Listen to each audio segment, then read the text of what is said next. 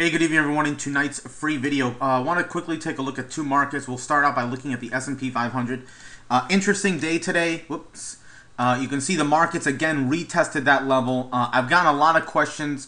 Why are we hanging out this level? What do you think is going to happen from here? And if you haven't looked at the older videos, I'll quickly recap it.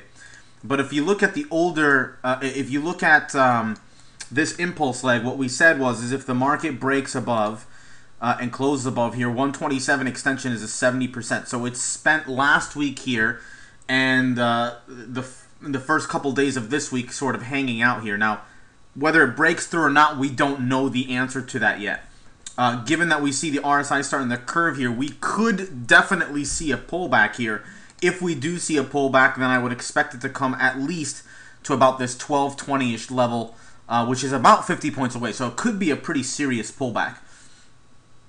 If we continue to move higher, then look for a move up to about 1340, 1350. So I don't know if there's going to be a catalyst that pulls this market down, but it's clearly having some difficulty at this 127 level. You can see today's action again retesting. Now if you look here, we got some divergence here and sort of this double top. So keep an eye over the next couple days to see whether we roll over and retest these lows and start moving down, or does the market say, you know what, screw it, I'm going to keep going higher. I suspect something like that will happen. One of the two will happen before the end of this week.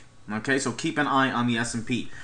And then I got a bunch of questions yesterday about the Apple and Verizon thing that we talked about. So you can see Apple today, again, very similar to what we looked at with the S&P 500 just a moment ago. Again, we can measure this impulse that happened right here. Then you can see the consolidation. When it broke through, 70% chance, 127. That's what it's hit this week. The highest high has been 344, 345. So it's literally about hit it to the tick. And now it's starting to show some hesitation. Obviously, the weekly is not over, so we can't make the assumption that this is going to be the close. But if we do close like this, I think we're bound to see a decent retracement in Apple. How much is yet to be seen. When we look at the monthly charts, and when we looked at them in the past, and you can look at some of the older videos, we've talked about, you know, this area here being an area of serious resistance given the move that it's made and some of the things that we're seeing. So watching Apple here, if Apple decides to make a pullback, to be quite honest with you, I wouldn't be surprised if it's something more major back under 300. I know they're selling tons of stuff. People are going to be buying it. But, you know, again, just because they're doing well doesn't mean that the market is going to respond to that in a positive way. We saw Apple pull back today. Speaking of which, when we look at Verizon, again, you see that same follow-through. So a couple of days ago or last week, we talked about shorting Verizon with a first target right into about this support range, right? Again, based on the fact that we're right into that 618 retracement. That was partially the reasoning.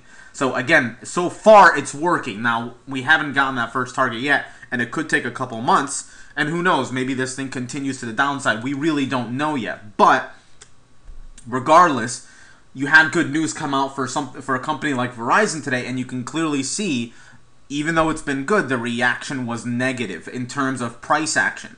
So keep an eye on Verizon here. Now, looking at the weekly chart, you can see Verizon spent a good amount of time in this range. So to see it retrace back down wouldn't be a shocker. In fact, if it does, I would be looking to buy Verizon.